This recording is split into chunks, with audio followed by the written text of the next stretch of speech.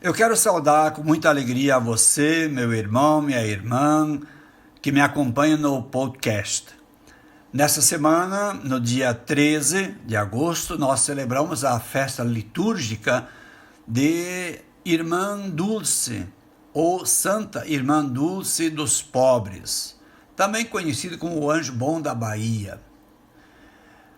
Mártir significa em sua origem testemunha. E eu gostaria de refletir que a Irmã Dulce pode ser classificada com certeza como uma mártir cristã católica do Brasil. Nesses tempos de aridez espiritual na alma de muitos católicos e católicas, especialmente, não só, mas especialmente pertencentes a alguns grupos fundamentalistas, fanáticos, radicais, neoconservadores, presos a um passado um tanto obscuro, de menos de 500 anos para cá, do cristianismo, coligados ao poder dominante e opressor. É muito importante essa festa litúrgica da igreja, quando nós celebramos, como eu disse, a Santa Dulce dos Pobres. É importante afirmar que quem quiser ser cristão conservador, como alguns fazem questão de afirmar que são católicos conservadores, então, quem quiser ser um cristão conservador não pode ficar preso nos últimos 500 anos da Igreja Católica, mas tem que ir para 2000 anos para trás, para conservar o que vem da origem do cristianismo.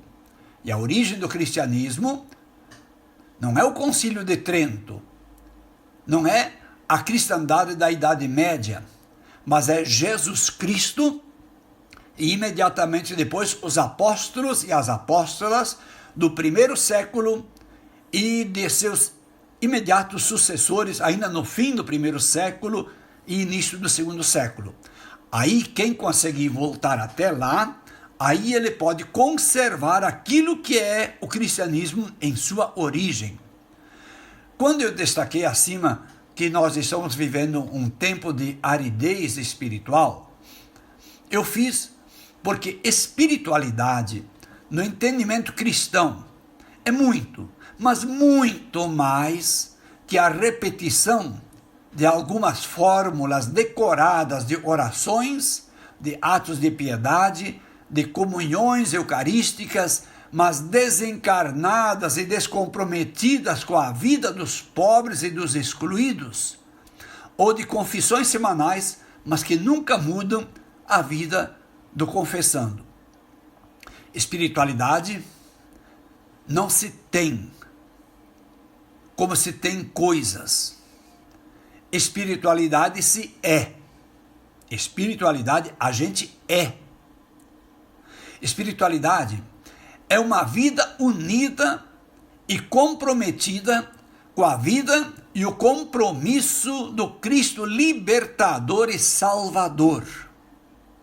Espiritualidade é uma vida movida pelo Espírito Santo de Deus. As orações, os exercícios de espiritualidade, a participação e recepção destes ou daqueles sacramentos da igreja são importantíssimos. São práticas de espiritualidade que alimentam a espiritualidade, para que a vida espiritual não definhe, não enfraqueça, e muito menos que ela morra. Maria Rita de Souza Brito Lopes Pontes. Que nome comprido. Eu vou repetir. Maria Rita de Souza Brito Lopes Pontes. Quem é? Ela é conhecida como a Irmã Dulce. Depois, então, a Irmã Dulce, o Anjo Bom da Bahia. Mas quando foi reconhecida e canonizada como santa, ela recebeu o nome de Irmã Dulce dos Pobres.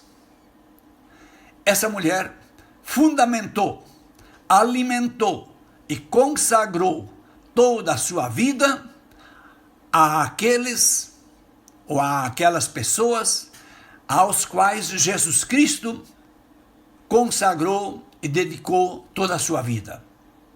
Desde muito cedo, a irmã Dulce, ou Maria Rita, como é o nome de batismo dela, desde muito cedo ela foi descobrindo que espiritualidade cristã era assumir o seu batismo na radicalidade dos valores do Evangelho, mais que seguir tradições humanas, ou ficar presa à letra fria das constituições ou estatutos de uma congregação religiosa. Por não somente se contentar em ter espiritualidade, mas em ser a espiritualidade de Cristo encarnada na Baía de Todos os Santos, ela conseguiu ver o que as suas colegas, co-irmãs, que moravam no mesmo convento, não viam. O que ela conseguia, com a sua espiritualidade, ver. Ela via o sofrimento, a pobreza, os desassistidos, os migrantes, os sem casa, sem teto, sem trabalho, sem terra, sem saúde, sem comida. Ela conseguia ver os sem remédios, os sem ninguém por eles, os mendigos, sujos e esfarrapados, mas apenas em suas roupas ou em seus corpos, porque ela via na alma dessa gente pobre, desalentada, grande valor da vida humana.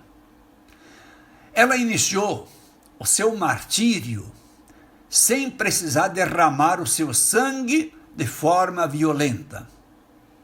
O martírio da irmã Dulce dos pobres foi diariamente derramar seu suor, calejar suas mãos, gastar a sola de suas sandálias, não ser compreendida até por algumas de suas colegas e irmãs do mesmo hábito religioso, ser mal vista e mal interpretada até por membros da igreja, ver portas de casas, de bancos, de comércios se fechando na sua cara, porque ela ia atrás dos comerciantes, de pessoas de posse, como a mendiga do hábito religioso, mendigando em favor dos mendigos da vida, das ruas, das favelas e dos lixões.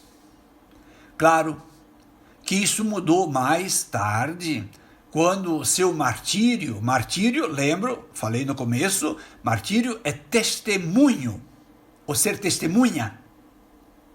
Então, ela, com seu martírio, foi transformando, com seu testemunho, as obras de caridade, de assistência, para com milhares de pessoas carentes que o poder público não atendia.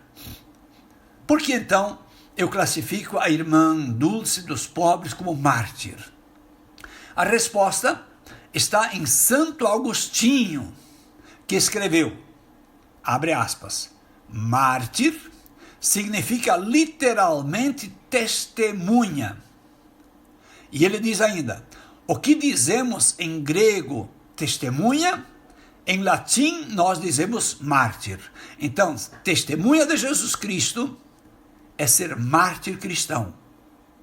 No cristianismo, mártir ficou atribuído quase que exclusivamente àqueles cristãos e cristãs que derramaram o seu sangue em defesa de sua fé em Jesus Cristo, como sendo ele o Filho de Deus, nosso Salvador ressuscitado. A partir dos Atos dos Apóstolos, nos capítulos 6 e 7, onde se narra a vida e o testemunho do diácono Estevão. Por não renunciar o seu testemunho radical de que Jesus Cristo está ressuscitado e ele é o Cristo Senhor, ele foi assassinado por apedrejamento pelos a mando dos chefes do templo, sob o poder de Pôncio Pilatos, derramando assim seu sangue como testemunha fiel de Jesus Cristo. Por isso, Santo Agostinho ainda continua escrevendo, em relação ao uso da palavra mártir, para falar daqueles que derramaram o seu sangue, ele diz: não é a morte em si só que faz o mártir, mas a causa pela qual a pessoa foi morta. Muitos mártires, ao serem brutalmente assassinados, já viveram seu martírio ao longo dos anos, doando sua vida pela causa do Evangelho. Irmã Dulce, mesmo não sendo assassinada e não fazendo derramamento do seu sangue, sangue que é símbolo maior da vida, foi uma vida inteira de doação, de entrega, derramando gota por gota de sua vida, em cada gesto de caridade, em cada gesto de amor em favor daquelas pessoas que não recebiam amor e caridade por sua condição de exclusão social de um sistema econômico e político perverso. Em tudo, Irmã Dulce dos Pobres, foi testemunha viva de Jesus Cristo em pleno século XX. Nela, Jesus amou os pobres. Nela, Jesus curou muitos enfermos. Nela, Jesus tocou as feridas dos chagados. Nela, Jesus acolheu os que não tinham teto. Nela, Jesus alimentou e multiplicou os pães e os peixes.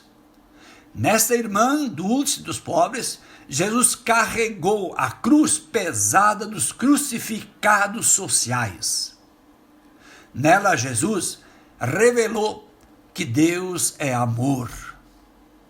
Na irmã Dulce dos Pobres, Jesus repetiu que quer a vida em abundância para todos.